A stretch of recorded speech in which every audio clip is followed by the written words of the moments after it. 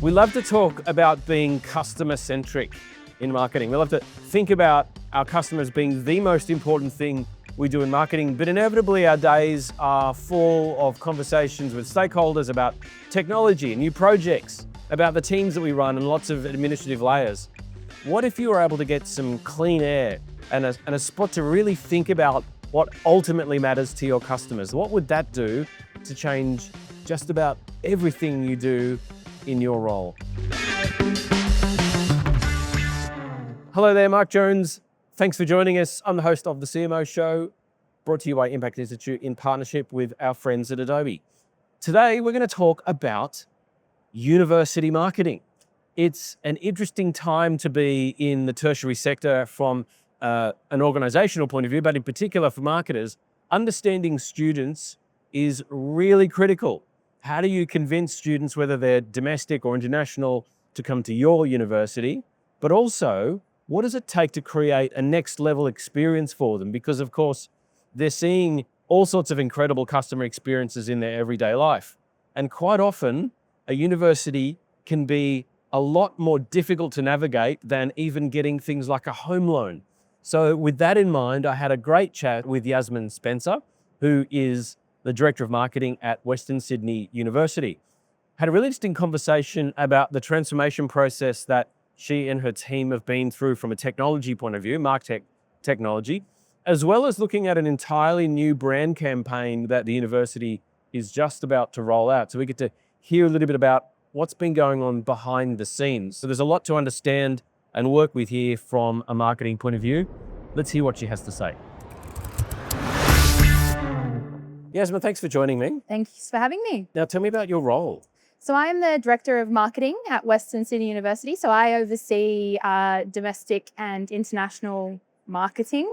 And I'm part of a broader portfolio under a CMO that looks at future student engagement, so high schools and things like that, international recruitment, data and analytics, and market research. So I'm going to do my best to be as objective as possible, given that I'm alumni. So, good on you guys. Thank you. It's great to see you here doing, all this work, getting on the front edge of AI and all those sorts of things. Yep.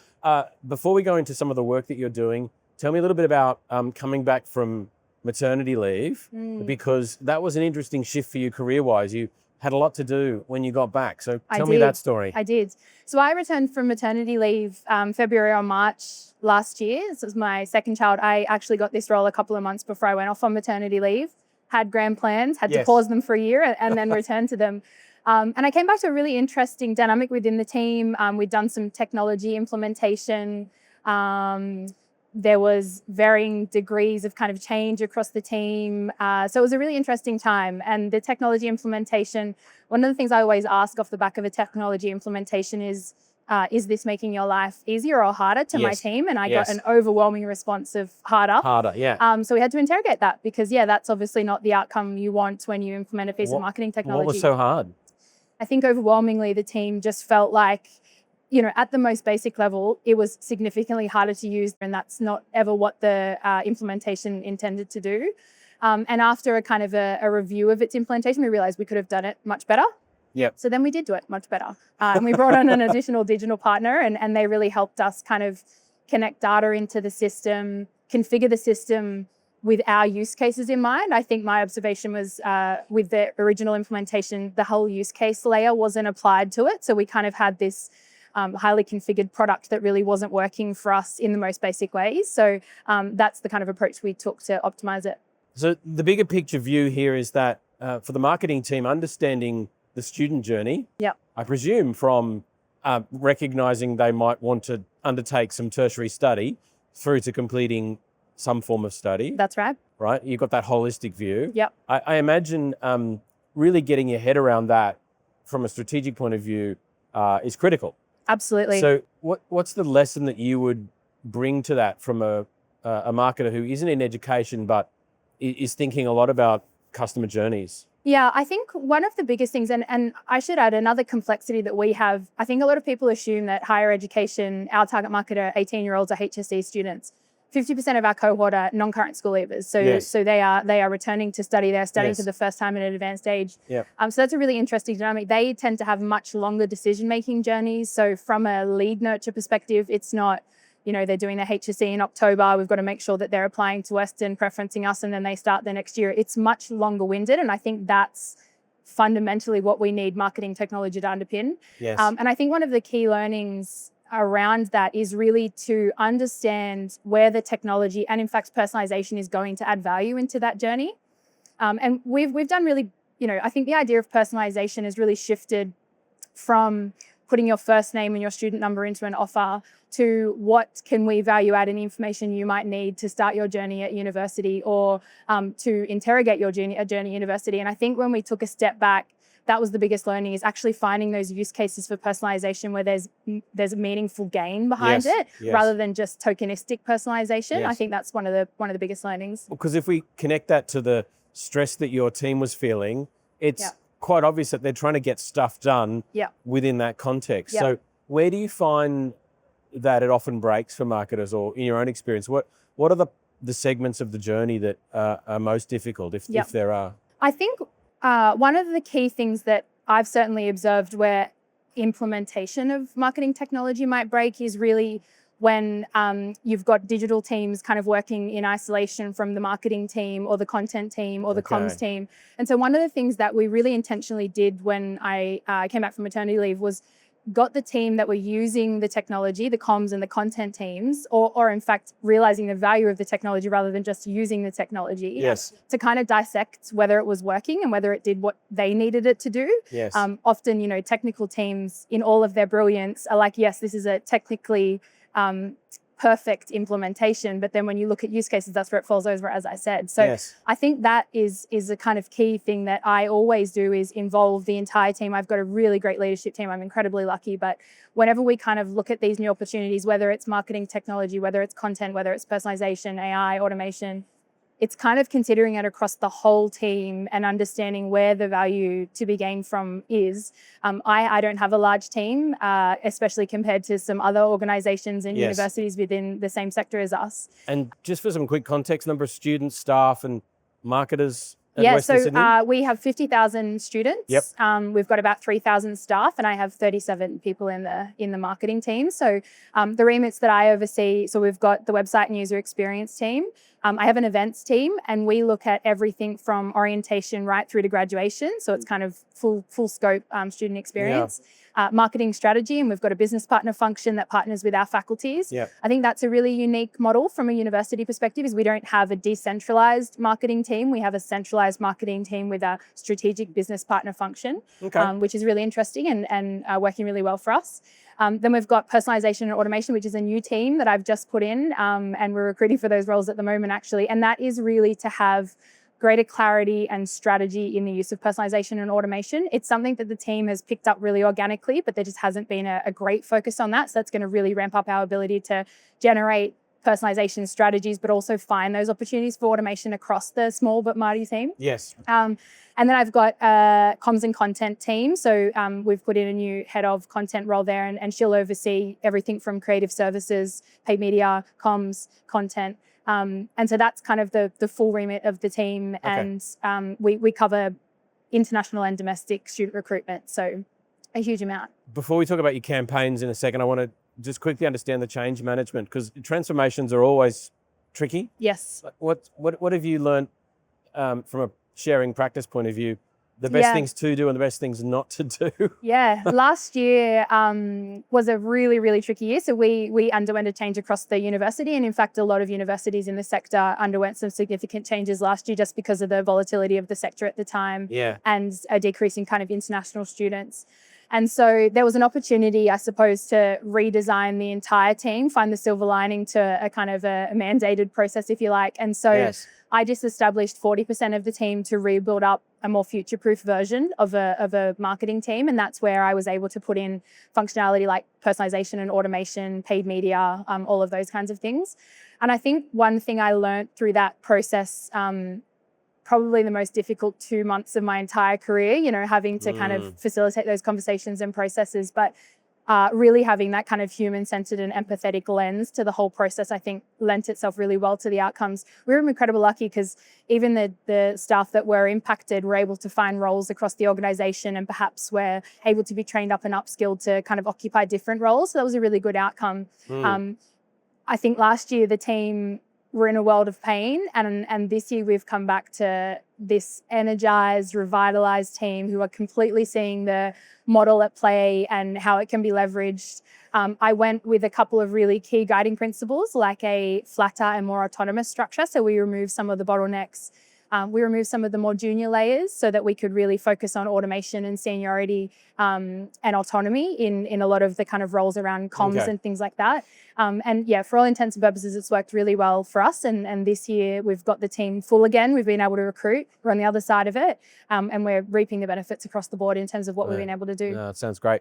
Now, to the campaign, the Western Sydney Uni has had for something like 15 years the Unlimited campaign, which has done extraordinarily well. Yes. And it's been now replaced, or in the process of being replaced by a new brand Kim. platform. So tell me what's going on. Yeah, so we're on the precipice of this being finalised, but we've done probably a 6-month program of works to build a new brand platform for the university, which is incredibly exciting, and I feel really privileged to be able to participate in the process. Yeah. So we are launching a new platform. It's centred in being student-centric. It's centred in being bold. Yes. We did a whole body of research at the end of last year. So we worked with a research partner and we did international and domestic research to understand the sector as a whole. And it's been really fascinating how much that's shifted. I wasn't around for Unlimited. It was about 10 years ago. But we've got all the research there that kind of underpin that work and how much even just decision drivers across the sector has shifted. So of the top 15 decision drivers across the sector, probably 7 or 8 are centered in career outcomes. And it's this really interesting new proposition, I think, for higher education where you're really selling the destination, or you're selling the journey to a destination now more than just a degree itself. Students want to know they're going to get a job off the back of a degree. And that's come through loud and clear in the research, and we're kind of responding to that. But the other really interesting insight to emerge from it has been the kind of whole sector has these really lofty promises around what higher education can kind of do for individuals, and students just aren't feeling like that's their real life when they get to university, which is really interesting. We've done a lot of work as an organisation to kind of look at student experience and customer experience and almost introducing that as a notion into the university. My favourite anecdote is to kind of compare the consumer grade experiences students are having with some of the experiences they have in university. They can log on to the Iconic and get something delivered in 3 hours, but can apply to university and have to wait months and months for an offer. And so we've really been dissecting that and looking at how can we respond to these experiences that students are now benchmarking us against. And we're very much kind of focused on that as an institution, and our brand platform will be focused on that as well. One of the things that I know marketers are really interested in when it comes to understanding your sector, you mentioned that some of the challenges that are well known around declining international enrolments, but there's also an AI narrative which says you don't need that anymore. Like you don't actually need a university degree. That's an entirely different landscape for telling stories as marketers. Yeah. So I'm interested to know to what extent that thinking has come into your campaign. Yeah, absolutely it is. And we are incredibly lucky to have a chancellor and a vice chancellor that are of the view of we need to embrace AI. I think we're noticing this dichotomy in the sector now where some universities are trying to ban it and other universities like us are trying to lean into it. And how can we actually empower our students to leverage AI in the way that they live, in the way that they study, in the way that they will eventually work. I don't think there's a marketer in my team that wouldn't not open up ChatGPT every day. Right. And so, we really want to condition our students to be equipped to embrace AI and to use it and to kind of leverage its capability and the value in AI. We absolutely aren't going to turn away from it as an institution. And that's absolutely going to be part of our brand platform, is to be embracing the future, to be embracing the change. That's front and center. Yeah, and as I think about it, there's a notion that unis are AI-free zones, which is why people think, well, what would I do there? Yeah. Right, I'll just go and use AI and get on with my career. So how important has it been for you and the team to really interrogate those narratives? Because I can see, particularly in the years to come, this concept of narrative intelligence really being key to marketing strategy, right? Yep. How well do we understand the narratives, and how have we baked them into our campaigns? How have we baked them into our automation? The assumptions that carry right through all of the work that we're doing. Yep. And how are our audiences using AI, right? Like I've been to multiple sessions over the last couple of days around how you need to be discoverable from a search perspective when our audiences are now using AI. Right. I had a conversation yesterday and someone was genuinely mind-boggled that students would jump onto ChatGPT and say, what university should I go to? But they absolutely are doing that. Of course they are. So, I think it's our responsibility to kind of understand that and respond to that. It's incredibly difficult in such a large organization to kind of be driving that agenda and to get people thinking about how we are a content factory as a university, as you can imagine. Our researchers are constantly producing content.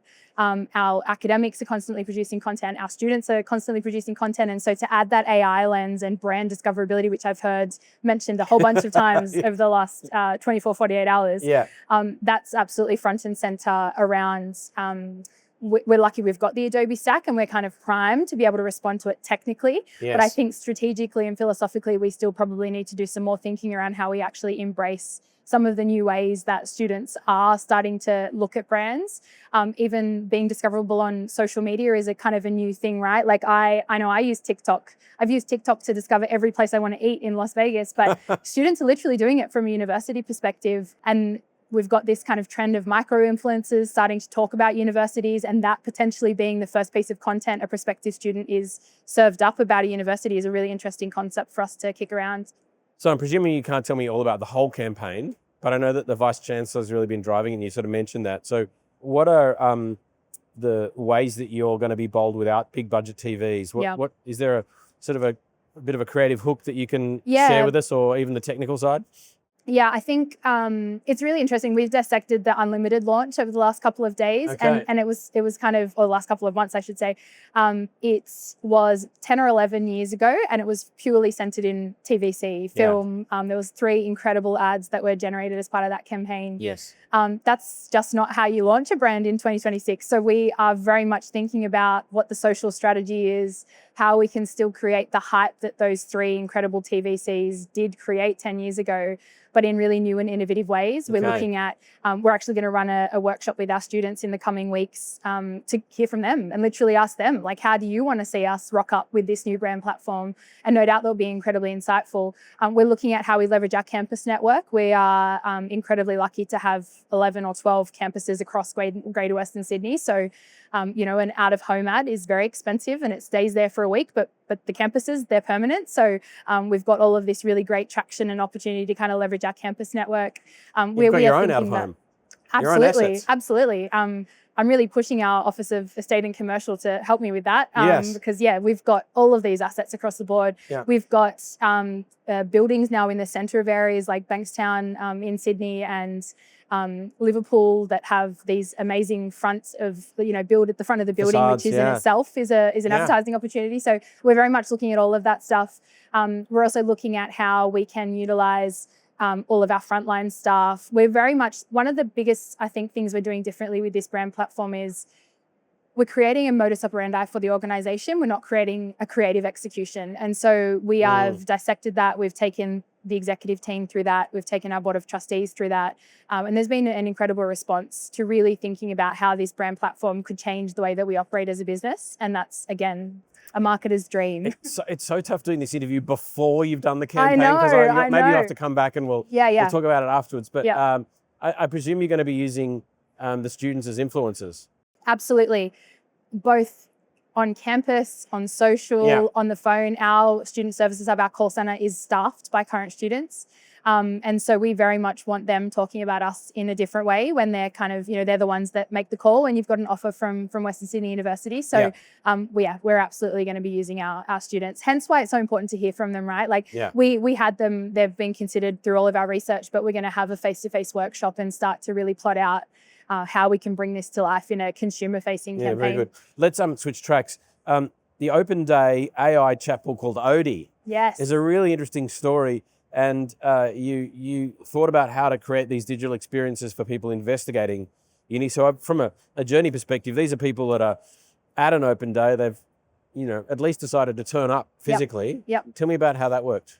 Yeah, so Open Day from a marketing perspective, certainly for us, is the single most effective marketing tool we have. So from a campaign perspective, it generates the most leads. It's the most cost effective. We also know when students come to our events, they're much stickier and they go on to convert at much higher rates. So Open Day can look really anecdotal from a glance, but it is so incredibly important from a marketing perspective. Yeah. And so one of the things we did last year, obviously my remit is really broad. I've got digital marketing, but then I've also got physical events and all of that kind of stuff. And one thing that I didn't want to do was kind of anecdotally add an AI chatbot into the event experience, which didn't really add to the physical event experience. So we were really adamant in the scope of that it needed to be a value add, not a detractor or another weird thing that you had to download on your phone that you never really had to engage with. Yes. And so we built ODI, which was Open Day Information Expert. Oh, nice. Yep. And what we wanted it to do was answer those administrative questions that it could source data for really easily. Mm-hmm. We wanted to be able to upweight and upscale the physical experiences students are having with our academics so that they could have really deep and meaningful conversations around what they want to study and why they should choose Western. But we didn't want them to have to ask 7 people how to find a building or what time a session was on. And so we built ODI really to focus on that, to be a complimentary event concierge. Yes. And we partnered with a digital agency to do that. We had a very refined scope because it was a pilot. And so we kept it to administrative kind of information. But this year we have grand plans to kind of really bolster that out to be a much broader tool. We've brought that in-house and the team have built that in-house, which is an incredible feat. We did that because we wanted it to be scalable. We want to be able to use it at orientation and potentially graduations and all the other events that we did. But as I said, we were really adamant and the scope will still remain to be a complementary digital experience to the physical event experience because the value is in the physical experience. As I said, we're a student-centered university and we didn't want to start taking things digitally just because we could or we should.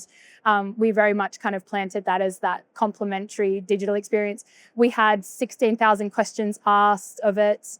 We got loads of really great feedback. We had anecdotal feedback from academics saying that they felt like the conversations they had were really meaningful because we could connect students with an academic much easier. So it was a real value add. So what's next? So our focus is obviously the new brand platform and the second biggest strategic focus for the team is to create a frictionless digital experience. So as I said, we've done a lot of work to start to benchmark those consumer grade experiences that we know our students are having.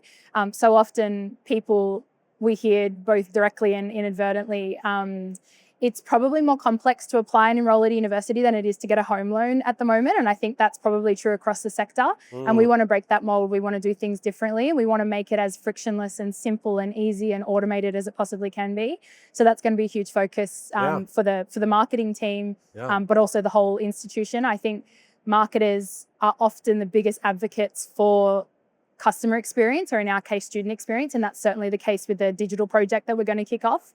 And it's really about how can we take the application experience, the enrolment experience, everything in between, right from first touch point through to enrolment, and make that as frictionless and quick and simple as possible. So that's the other really big priority that we're focusing on. Yeah. So it sounds like that student experience, the customer experience is kind of the catch cry.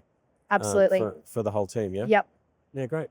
Well, what a fantastic conversation. Thank you for sharing your story and all the best with the campaign. Let us know how it goes. We'll make sure we touch base afterwards. I'm looking forward to your thoughts. One of the things I really liked about Yasmin's comment around the student-centric approach they're taking to not just marketing, but the whole university is how critical it is at a time of change for the whole sector. We all know that in the AI world, many people are asking, not just the students, but parents as well, are asking, do I even need to go to university? What's the point of it if I can just learn everything from AI? The narrative is that the universities are not thinking about AI, but in fact, the opposite is true. And when you start to think about AI as an enabler, as well as an insight into the mindset of students, it starts to change your entire approach to marketing in this sector, not just the chatbots that they used at open days, but across your entire technology stack. So some really great ideas here around how you can fully embrace AI in all parts of your organization. So that's it for this episode of the CMO Show. Thanks for joining me. My name's Mark Jones. See you next time.